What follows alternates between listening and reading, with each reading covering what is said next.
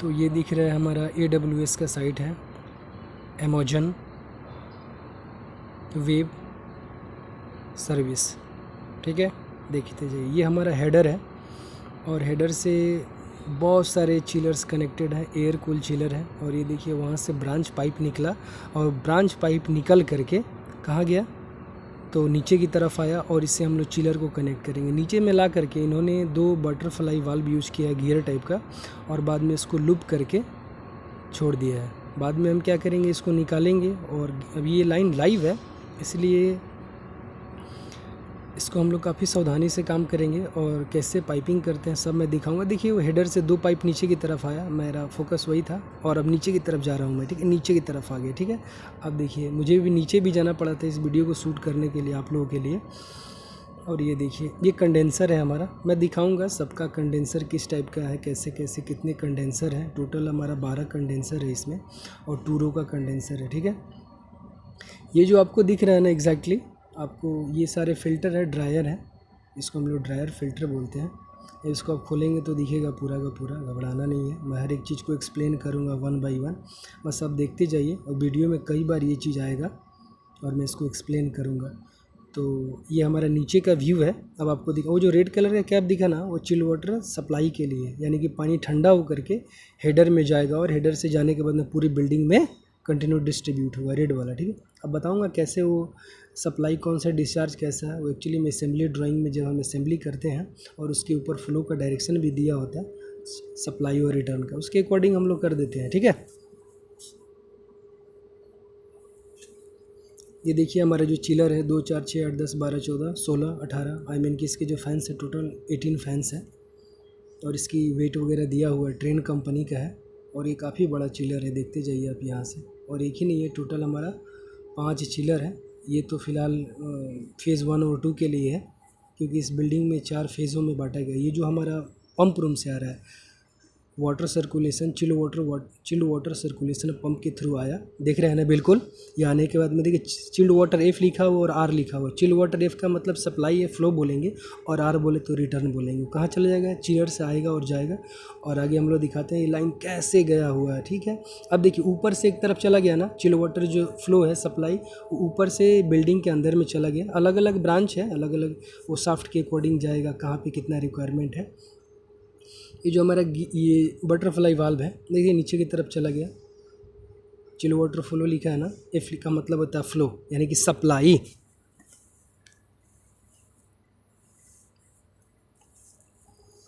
ये देखते जाइए, ये जो आप देख रहे हैं सैडल टाइप का, एक्चुअली में ये जो सैडल है ना वो पफ है। वो दिया गया है कि चिल वाटर का जो वो जो जॉइंट है वहाँ पे तो इंसुलेशन हो नहीं पाएगा ना, इसलिए इसको डाला जाता है, ठीक है।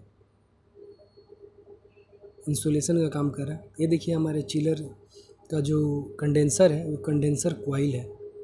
एक मेन कॉइल, एक मेन जो आता है उसमें रेफ्रिजरेंट, उसे डिस्ट्रीब्यूट करके चारों तरफ भेज देते हैं, ठीक है। ये एयर कूल चिलर है, और इसमें जो हमने रेफ्रिजरेंट यूज किया है वो 134A 134A यूज किया है। ए बोले तो आइसोमर्स होता है, तो आप पढ़े होंगे कार्बन में होता है 1 बॉन्ड 2 बॉन्ड 3 बॉन्ड, आइसोमर्स उसी को बोलते हैं। तो ये देखिए एक जो मोटा वाला पाइप दिख रहा है ना, उसको हम लोग बोलते हैं क्या, सक्शन लाइन, यानी कि कंप्रेसर से कंडेंसर में जाएगा, कंप्रेसर से कंडेंसर में जाएगा मोटे वाला लाइन से, और पतले वाला लाइन से डिस्चार्ज होकर के कहाँ निकलेगा, ये किधर जाएगा, एक्सपेंशन डिवाइस में। ये जो है रोटरी कंप्रेसर बोलते हैं। ये जो आपको कंप्रेसर दिख रहा है ना, ये रोटरी कंप्रेसर है। और ये जो दिख रहा है ये मैं आगे दिखाऊंगा वीडियो में। देखिए कंप्रेसर के आउट से कहाँ पे आया, मैंने कि डिस्चार्ज लाइन से आया। ये है ऑयल सेपरेटर है।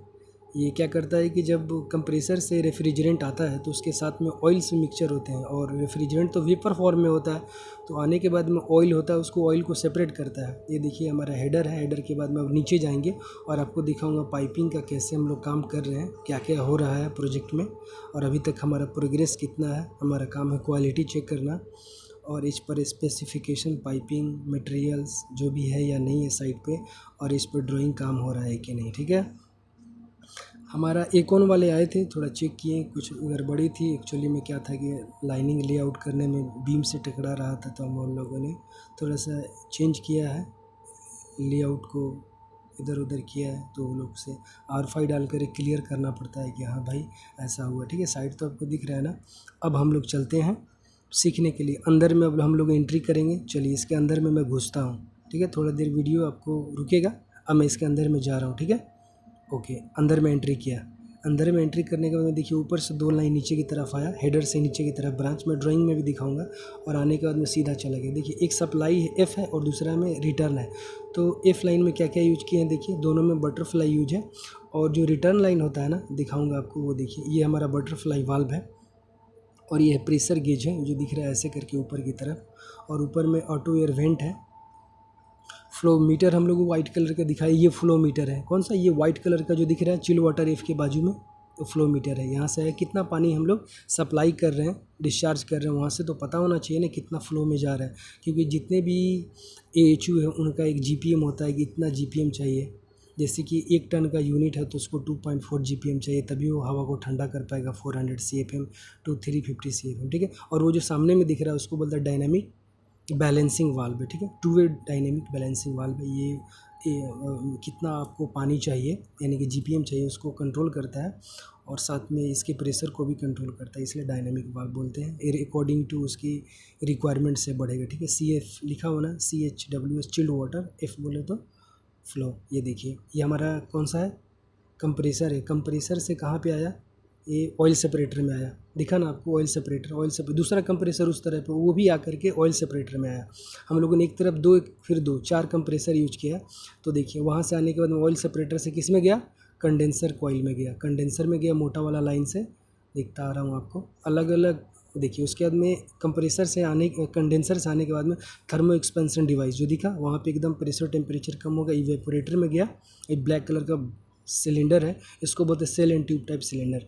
और आपको एक बात बता दी, ये देखिए, और ये इसका जो अब सेल एंड ट्यूब टाइप वहाँ से आकर के फिर कंप्रेसर में चला गया। ये देखिए कंप्रेसर में इन कर गया। वो वाला जो रेड कलर का दिख रहा है वो हमारा क्या है, रिटर्न लाइन है। वो सब फ्लो डायग्राम में दिया होता है चिलर का डायरेक्शन के अकॉर्डिंग कौन कौन सा है, बड़ा इशू नहीं है। और ये देखिए कंप्रेसर में आ रहा है ना, हम लोग सेंस करते हैं कि वो उसका प्रेशर कितना है। फ्लो मीटर हम लोग लगा देते हैं तो ट्यूब लगा हुआ है वो सब प्रेशर को बताता है कि रेफ्रिजरेंट का प्रेशर कितना है, फिर डिस्चार्ज का प्रेशर कितना है। ऑयल सेपरेटर में आने के बाद में देखिए ऑयल सेपरेट हो जाता है ट्यूब से जा करके फिर कंप्रेसर में चला जाता है। और ये हमारा देखिए ये डिस्चार्ज लाइन है। डिस्चार्ज लाइन आकर के किस में गया, थर्मो एक्सपेंशन डिवाइस, ठीक है। जो इसी में आप लोग कैपिलरी ट्यूब पढ़े हैं। और जा करके फिर किस में चला गया, shell and tube type condenser. अब देखिए जो फिटिंग्स हमने यूज किया है वो MS का मटेरियल है, ग्रूव फिटिंग यूज़ किया। एक्चुअली कि साइड पे वेल्डिंग परमिटेड नहीं है, इसलिए हम लोग यूज कर रहे हैं। जो पहले का लाइन था वो एग्जिस्टेड था, उसको लूप करके क्लोज किया था। हम लोगों ने क्या किया है कि लाइव लाइन है लेकिन बटरफ्लाई वाल्व होने के बाद यूज किया, रुका गया है। ये हमारा आपको दिख रहा है एल्बो है, 8 इंच का एल्बो यानी कि 200 मिलीमीटर का। और ये हमारा क्या है, ग्रुप कपलिंग है, विक्टाली का हम लोगों ने यूज किया है। अच्छी कंपनी है क्योंकि गल्फ़ में भी इसका यूज है और इंडिया में भी यूज है। तो अभी मुंबई में इस प्रोजेक्ट पे काम हम लोग कर रहे हैं। BOQ में मटेरियल यही था। ये आपको दिखाया ऑयल सेपरेटर, वो ऊपर में लिखा हुआ है ना, ये देखिए फ्यूल दिख रहा है। ये देखिए कंप्रेसर से जो ये कंप्रेसर वाला पार्ट है। एक्चुअली मैं वीडियो काफ़ी क्लोज से बना रहा हूँ, लेकिन आप एक बार इसको समझ लीजिए, फिर ड्राइंग में आपको समझाऊंगा कैसे कैसे क्या होता है। यदि कंप्रेसर में इन किया, आउट किया, बहुत अच्छा साइकिल है। एक बार आप साइकिल को देख लीजिए, यूट्यूब पे फ़ोटो डाल के देख लीजिए। और ये हम इसमें देख सकते हैं कि ऑयल कितने मात्रा में है। और ये डिस्चार्ज लाइन है, सिलेंडर टाइप का होता है। अब देखिए चिल्ड वाटर, ये क्या है, सप्लाई लाइन है। इसमें फ्लो मीटर वगैरह लगा हुआ है, ठीक है। कितना GPM में जा रहा है, वो बैलेंसिंग वाल्व वगैरह, pressure gauge, auto air vent है। टेस्ट पॉइंट वगैरह देखिए 2-3 दिखा है ब्लू कलर का। इसमें प्रेशर टेम्परेचर गेज लगाते हैं, सेंसर लगाते हैं, टेम्परेचर सेंसर। और उसके बाद में प्रेशर सेंसर, टेम्परेचर गेज। अच्छा ये देखिए पाइपिंग है ना, MS का पाइपिंग है। आपको ध्यान देना है कि ग्रुप फिटिंग्स है। हमने ग्रुप बनाया है मशीन से, हमारे टेक्नीशियन लोग बनाए हैं। और एक्चुअली साइड पे मेरा काम है कॉन्ट्रैक्टर के काम को देखना, और मैं कॉन्ट्रैक्टर के काम को देख रहा हूँ। मैं अपनी कंपनी क्या बताऊँ, मैं लिसन लाइट की तरफ से हूँ और ये कंपनी ANS ने काम किया है। और मेरा काम है क्वालिटी चेक करना, मटेरियल प्रॉपर BOQ के अकॉर्डिंग है कि नहीं। इनको जो भी R5 की प्रॉब्लम होती है रेज करते हैं, फिर मैं Ecom कंसल्टेंट से मिल कर के रेजफाई इनके जो डाउट्स क्लियर होते हैं या उसमें कोई चेंजिंग वगैरह हो। तो ये देखिए हमारा क्या है, ग्रुप कपलिंग है, ठीक है। इसके अंदर में जो ब्लैक कलर का दिख रहा है वो गैस्केट होता है, लीक नहीं करेगा, ठीक है। अभी देखिए लाइन को ओपन कर दिया है टेक्नीशियन लोग, और मैं आया था वही देखने के लिए इंस्पेक्शन के काम क्वालिटी में कर रहा है लोग, कैसे कर रहा है लोग। तो देखिए क्वालिटी तो कर ही रहा है लोग। बीच में क्या है कि जो अपना कपलिंग है, एल्बो है, उसमें क्या हुआ है कि रस्ट होने की वजह से पेंट टूट गया। उसको हम लोग फिर से क्या करेंगे कि जीआई का पेंट तो बाद में मारने की बात है, प्राइमर डलवाएंगे, फिर उसके बाद में पेंट मारेंगे जो अप्रूव्ड पेंट होगा। कलर से मत जाइएगा कि रेड कलर का है तो फायर का ही काम होगा, ऐसा कुछ भी नहीं है। विक्टोलिक ज़्यादातर जितने भी अपने प्रोडक्ट बनाती है वो रेड कलर का ही बनाती है। अब हम लोग थोड़ा ड्राइंग पे समझने की कोशिश करेंगे कि ड्राइंग में किस तरह से वाल पैकेजिंग ऑफ चिलर है। ये देखिए हमारा चिलर है, ऊपर में दिखा रहा है ना, वो जो देखिए चिलर 11 नंबर है, ठीक है। फेज़ 2 के लिए हम लोग काम कर रहे हैं। अब ये देखिए चिलर से 2 लाइन निकला, 2 एक्सपेंशन वेलो है, डीपीएस का हमारा डिफरेंशियल प्रेशर स्विच है। रेड कलर वाला जो लाइन होता है चिल्ड वाटर रिटर्न होता है, ब्लू कलर वाला सप्लाई होता है, या ग्रीन होता है। अब हम लोग सबसे पहले देखिए रिटर्न की बात करते हैं। वो जो दिखा ये देखिए डीपीएस है, ये टेम्परेचर सेंसर है स्क्वायर में जो है, और ये हमारा डायनेमिक बैलेंसिंग वाल्व भी दिखाया था। और उसके बाद में आगे देखते हैं क्या, ये जो छोटा छोटा 2 है उसको हम लोग बोलते हैं टेस्ट पॉइंट बोलते हैं। प्रेशर गेज लगा दो, कुछ भी लगा दो, फ्लो मीटर चेक कर लो क्या है भाई, कितना जीपीएम दे रहा है। उसके बाद में स्क्वायर में पी है, उसको हम लोग बोलते हैं प्रेशर सेंसर है। और ये जो राउंड में है प्रेशर को सेंस करेगा कितना प्रेशर, उसके अकॉर्डिंगली ये। उसके बाद में क्या है, पी बोले तो प्रेशर गेज है। उसके बाद में ये तो कंप्लीट हो गया। अब रिटर्न लाइन में आते हैं। ड्रेन बोले तो जब मेंटेनेंस के, डी बोले तो गेट वाल्व है, ये बॉल वाल्व हम लोग नॉर्मली यूज़ करते हैं, बॉल वाल्व ड्रेन के लिए, मेंटेनेंस लाइन करने के लिए, ठीक है। फिर इसके एम दिख रहा है ना, एम बोले तो मोटराइज्ड 2 वे वाल्व है, यानी कि मोटर से ये कंट्रोल होगा कि रिटर्न लाइन में कितना पानी जाना चाहिए, नहीं जाना चाहिए, उसको होल्ड करके रखेगा तभी तो ठंडा करेगा। उसके बाद में टेम्परेचर सेंसर इसमें भी होगा। अगर टेम्परेचर इसका कम, अगर ज़्यादा होगा तो सही है, कम होगा तो उसको होल्ड करके रखेगा। उसके बाद में हम लोग क्या देख रहे हैं, उसके बाजू में देखिए प्रेशर सेंसर भी है, वो ये टेम्परेचर सेंसर है, ये देखिए यस। अब आते हैं जो स्क्वायर वाला पी, उसको बोलते हैं प्रेशर सेंसर, और राउंड वाला को प्रेशर गेज, याद रखिएगा। चौड़ा वाला को जो स्क्वायर है उसको हम लोग प्रेशर, ये देखो टेम्परेचर सेंसर है, ठीक है। टेम्परेचर गेज के बारे में दिखाया गया। अब ये लाइन हमारा क्या है, दिखा ना, ये 2 ब्रांच है, 200 का दिखाया था ना, 8 इंच का पाइप हमने जिक्र भी किया है। चलिए ठीक है। अब आपको दिखा ना ये क्या है, कंडेंसर। वीडियो थोड़ा लंबा हो गया, पेशेंस रखिए आप लोग। ये देखिए मोटा वाला जो लाइन है उसको हम लोग बोलते हैं कंप्रेसर से डिस्चार्ज करेगा, और कहाँ जाएगा, कंडेंसर में जाएगा। कंडेंसर से रिटर्न होकर प्रेशर कम होने के बाद में ये हमारा चला जाएगा कहाँ पे, देखिए थर्मो एक्सपेंशन डिवाइस में। ये जो डिस्चार्ज लाइन है, यानी कि 1 ब्रांच है और उसमें एक हेडर में बहुत सारे ब्रांच को जोड़ा गया। देखिए इसमें कुल मिला करके हमारा 12 ठो कंडेंसर है, और उसमें 2-2 रोज़ हैं। थोड़ा सा कैमरा इधर उधर हुआ है, माफ़ी चाहता हूँ।